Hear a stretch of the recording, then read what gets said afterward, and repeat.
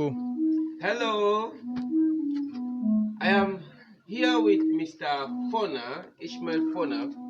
Of course, as you can see on the wall of this structure, we can see an inscription of the founders of this structure which we are standing on. This is a school building built by the Fona family. And as far as this community is concerned, the Fona family are stakeholders of this community. They are stakeholders. And they are part of the establishment of this community. And today I want to introduce to you a son of the soil by the name of Mr. Ishmael Fona, who also is from this village, but is living in the city, in the big town. He has lived in Freetown for quite a long time, but has decided to come to his village and continue from where his forefathers stopped. He is Mr. Ishmael Fona, a teacher in the school, and also a member of the community, and is also controlling the resort. They have a very wonderful resort. If you Google on Facebook, Twitter, and other social media, you will see a resort, and he's going to talk more about the resort. So, Mr. Fona, good afternoon, sir. I'm here in a village to get some information about local artists, musicians, and traditional groups. Thank you very much, Mr. Kargbo, for visiting Rogbonko Mataka, the village in the forest. Rogbonko is a village that is rich in its cultural heritage, that is well known for its artistic and other cultural activities that is promoting the African culture.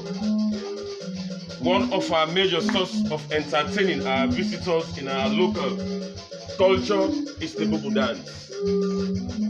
Another one is the traditional dance for women that is called the Sampa dance. Predominantly in Rogbonko, these are the two main cultural activities backed up with some artifacts that is made of raffia. Mr. Kargbo, I want to welcome you to Rogbonko. As you rightly said in your opening, the Fonas have been the major pioneers in development and education in this community. The school you have seen here was built in memory of Dr. MAYORSOR Fona, so that education. The school you are seeing here was built in memory of Dr. MAYORSOR Fona, the first and youngest minister of finance, who was killed in a coup d'etat plan. But however, his name, the legacy he has made, still continues to linger in our minds with remembrance of such. So Mr. Kargbo, you are free to explore our cultural values of Rogbonko. You are free to talk to people who can actually depict what is the culture of this community and what's our major source of income and how we perform our cultural life in terms of entertainment. I want to introduce to you Mr. Abuture, who is the headman of this community and one of the oldest people of this village. You can explore and talk to him, and you know many things about Rogbonko. As you rightly said, I am within the city and the village, but there must be somebody who is a real person that is living within this community.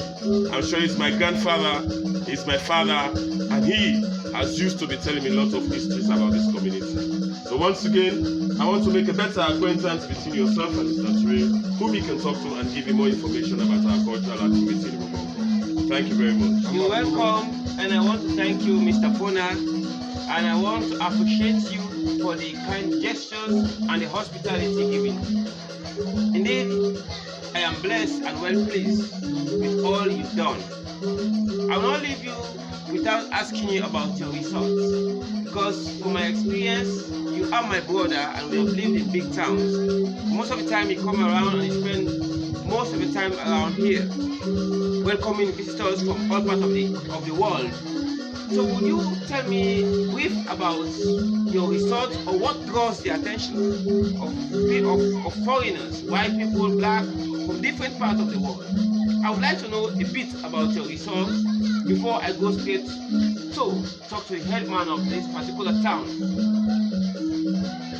Yes, Rogbonko is blessed with an eco-tourist center, a retreat, an eco-tourist center retreat, that we have our guests from all around the world, tourists from all around the world. We accept them. We've provided a local lodging, a house built with mud, covered with grass, that really depicts an African setting. And before our colonial masters, those were the kind of structures that our people used to live in, huts.